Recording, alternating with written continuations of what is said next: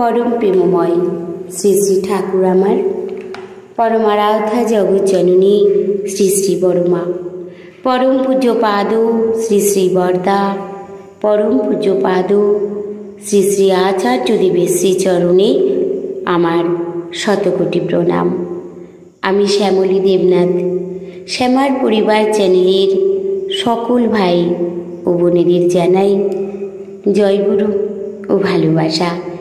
আমি শুরু করছি ইষ্ট প্রসঙ্গ আলোচনা। এক সৎসঙ্গী ভাই, তার অবস্থা খুব একটা ভালো ছিল না। এমন কোনো বিশেষ কাজকর্ম তিনি করতেন না, তাই অতি কষ্টেই তার সংসারটি চালাতে হতো। দাদাটি ভাবছেন যে আমার অবস্থার তো কোনো পরিবর্তন হচ্ছে না, তাই পরম দয়ালের দেওয়া সেই নীতি অনুযায়ী আমি কাজ করে দেখি না কেন। ঠাকুর বলেছেন, অভাব যখন মারবে ছো, যা জুটে দিস পাবি জো। সেই দাদাটি ঠাকুরের এই নীতি অনুযায়ী চলে দেখার চেষ্টা করতে লাগলেন। রোজ সকালে একটি পুকুর থেকে তিনি কলমি শাক তুলে আনতেন। সেই শাক তুলে এনে তিনি এ বাড়ি ও বাড়ি দিতে লাগলেন। অনেকেই তাকে দাম দিতে চাইত, কিন্তু দাদাটি কিছুতেই দাম নিতেন না। তিনি বলতেন, আপনারা খেলেই আমি খুশি হব। যেসব বাড়িতে তিনি কলমি শাক দিয়ে বেড়াতেন, তাদের মধ্যে একজন বিশিষ্ট লোক ছিলেন। তিনি ওখানকার মিউনিসিপ্যালিটির চেয়ারম্যান। তিনি ভাবলেন, এই লোকটা রোজ রোজ কলমি শাক তুলে এনে দেয়, পয়সা নেয় না, আবার এত আগ্রহ ভরে শাক খাওয়ার কথা বলে। এরপরে যখন লোকটি আসবে, তখন লোকটি সম্বন্ধে খবর নিতে হবে, কোথায় থাকেন, কি করেন। তা যথা সময়ে একদিন যখন সেই দাদাটি আবারও গেছে তার কাছে, তিনি তখন জিজ্ঞাসা করলেন, আপনি কি করেন? তখন দাদাটি বললেন, আমি গরিব মানুষ, আমার বিশেষ কোনো কাজকর্ম নেই, অতি কষ্টেই আমার সংসার চলে, আমি একজন সৎসঙ্গী। তাই অভাব দূর করার সম্বন্ধে ঠাকুরের কথা আছে, অভাব যখন মারবে ছো, যা জুটে দিস পাবি জো। শ্রী শ্রী ঠাকুরের এই নির্দেশ অনুযায়ী আমি পুকুর থেকে কলমি শাক তুলে এ বাড়ি ও বাড়ি দিয়ে বেড়াই।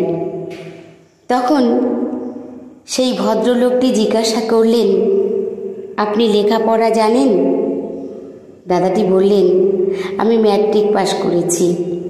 সেই ভদ্রলোক বললেন, মিউনিসিপ্যালিটিতে কেরানির কাজ খালি আছে, আপনি করবেন? তখন লোকটি বলল, দেখুন, আমি কোনো আশা নিয়ে কাজ করিনি। আপনার মতো একজন বিশিষ্ট ব্যক্তিকে আমি যে দুটো কলমি শাক তুলে খাওয়াতে পেরেছি, সেই আমার লাভ। তবে আমি যদি কোনো কাজ পাই, তাহলে আমি খুব খুশি হব। তখন সেই চেয়ারম্যান দাদাটি বললেন, আপনি একটা দরখাস্ত করুন, একটা কাজের ব্যবস্থা হয়ে যাবে।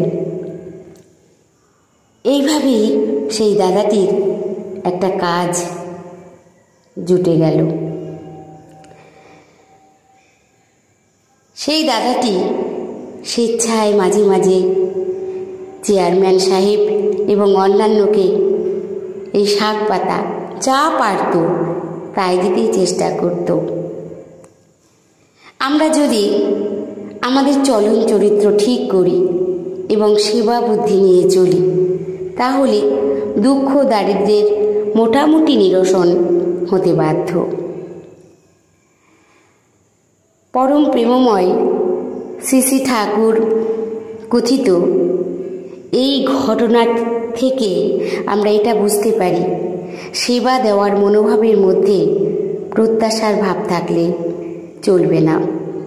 কেবল অভাবের দিনগুলোতেই সেবা সন্দিচ্ছা নিয়ে চললাম, আর যখন সচ্ছলতা এলো তখন সেই সেবা বুদ্ধি থেকে সরে এলাম, তাহলে কিন্তু সুখ সন্দীপনা জীবনে বজায় থাকবে না। অভাবের তাড়নায় আমরা যদি অস্থির হয়ে পড়ি, দিন চলে না, এমন একটা ভাব থাকে। তাই ঠাকুর বলেছেন, তোমার পছন্দ মতন সংগ্রহ করে নিঃস্বার্থভাবে মানুষকে কিছু দিও, যা পাবে। পরম প্রেমময় শ্রী শ্রী ঠাকুর যে বাণীগুলি দিয়েছেন আমাদের জন্যে, তাই আমরা যদি সেই বাণীগুলিকে ঠিকভাবে বুঝে চলি, তাহলে আমরা বাঁচব, আমরা বেড়ে উঠব। এই দাদাটির যখন সংসার চালাতে এতই কষ্ট হচ্ছে, অভাবের তাড়নায় তিনি ঠিক থাকতে পারছেন না, কিছুতেই তার সংসার সচ্ছলভাবে চলছে না, তিনি কোনো দিশা খুঁজে পাচ্ছেন না।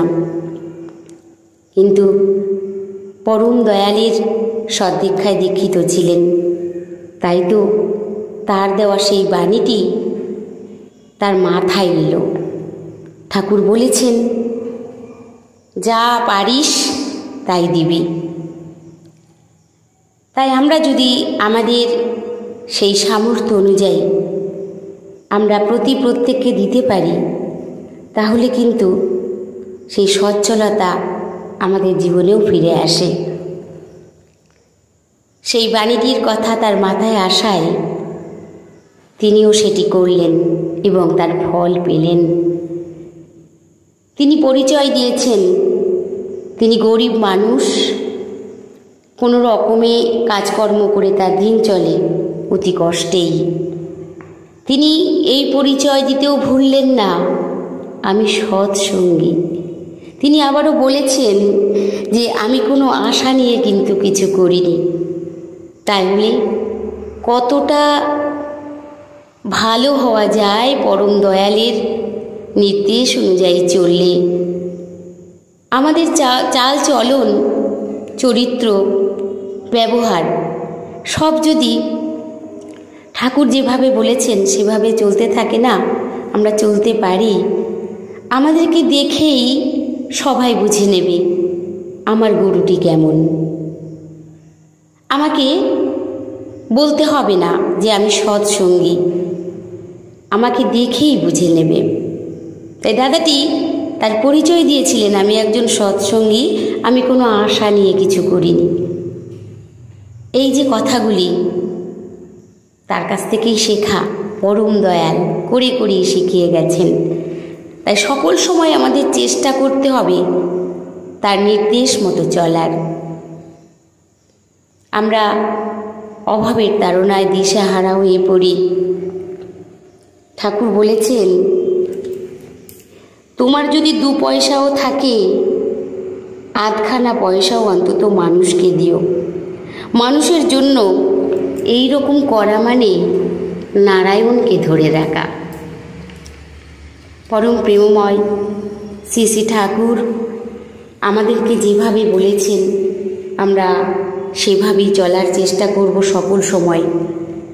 বাস্তব জীবনে পরম দয়ালের অপার করুণা পেয়ে চলেছি সকল সময়, প্রতিনিয়ত। প্রত্যেক ডাকে ঠাকুর সাড়া দেন।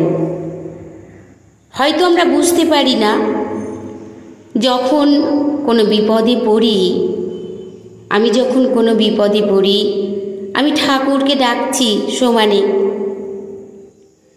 ঠাকুর যেভাবেই হোক সেই কাজ কিন্তু যেভাবেই হোক চলছে, তখন বুঝতে পারি না, পরক্ষণে সেটা অনুভব করতে পারি, এটা কি করে সম্ভব হলো। তাই পরম দয়াল এইভাবে আমাদের রক্ষা করেন। আমরা যদি তাকে ভালোবাসি, তাকে মাথায় নিয়ে চলি, তাহলে আমরা প্রতিটি পদক্ষেপে, প্রতিটি ক্ষণে ক্ষণে তার দয়া উপলব্ধি করতে পারব। তাই আসুন আমরা সকলেই চেষ্টা করব ঠাকুরের নির্দেশিত পথে চলার জন্য। ঠাকুরের কথা অনন্ত অসীম, তার দয়ার কথা বলে শেষ করা যাবে না। তার দয়ার কথা বলার সেই ভাষাও আমার নেই। আমি যে তাকে ধরেছি, ধরার পর থেকে আমি তার যে সাড়া পাই। আমরা অনেকেই বলি ঠাকুরকে ধরেছি তাই ভালো আছি, ঠাকুরকে ধরেছি তাই ভালো আছি। এই কথাটার মধ্যেও অনেক বড় একটা কথা আছে। ঠাকুরকে ধরেছি মানে তিনি তো ওখানে বসে আছেন, আমি কি তার হাত ধরেছি না তার গায়ে হাত দিয়ে ধরেছি? ধরা মানে আমাকে করতে হবে, করা। আমি ঠিকভাবে তার নির্দেশ মতো যদি কাজ করে চলি, সৎ পথে চলি, তবেই আমার তাকে ধরা, তবেই তাকে ধরা আমার সার্থক। পরম প্রেমময় শ্রী শ্রী ঠাকুরের সদ্দীক্ষায় দীক্ষিত হতে পেরে জীবন ধন্য। এই সৎ নাম সবাই পায় না, অনেকে পেয়ে হারায়। তাই তো আজ দিকে এদিকে দীক্ষাপত্রের কাজ চলছে। কত মানুষ যে আছে এই সদ্দীক্ষায় দীক্ষিত, তারা অনেকেই সৎনাম পেয়েও তাকে ভুলে, পুরোপুরিটাই তাকে ভুলে গেছেন। তাই নতুন করে তাদের জাগানো হচ্ছে, ভুল করবেন না। সৎনাম পেয়েছি বহু জন্মের সুকৃতির ফলে। তাই আসুন আমরা প্রত্যেকে ভালো থাকার চেষ্টা করব, সকল সময় তার নির্দেশ মতো চলে। ভালো থাকা যায়, তাকে ভালোবাসলে, তার কথা মতো চললে ভালো থাকা যায়। পরম দয়ালীর শ্রী রাতুল রাঙা চরণে আমি সকলের জন্য মঙ্গল প্রার্থনা করি। জয় গুরু। সবাই ভালো থাকবেন, সুস্থ থাকবেন। বন্দে পুরুষোত্তমম।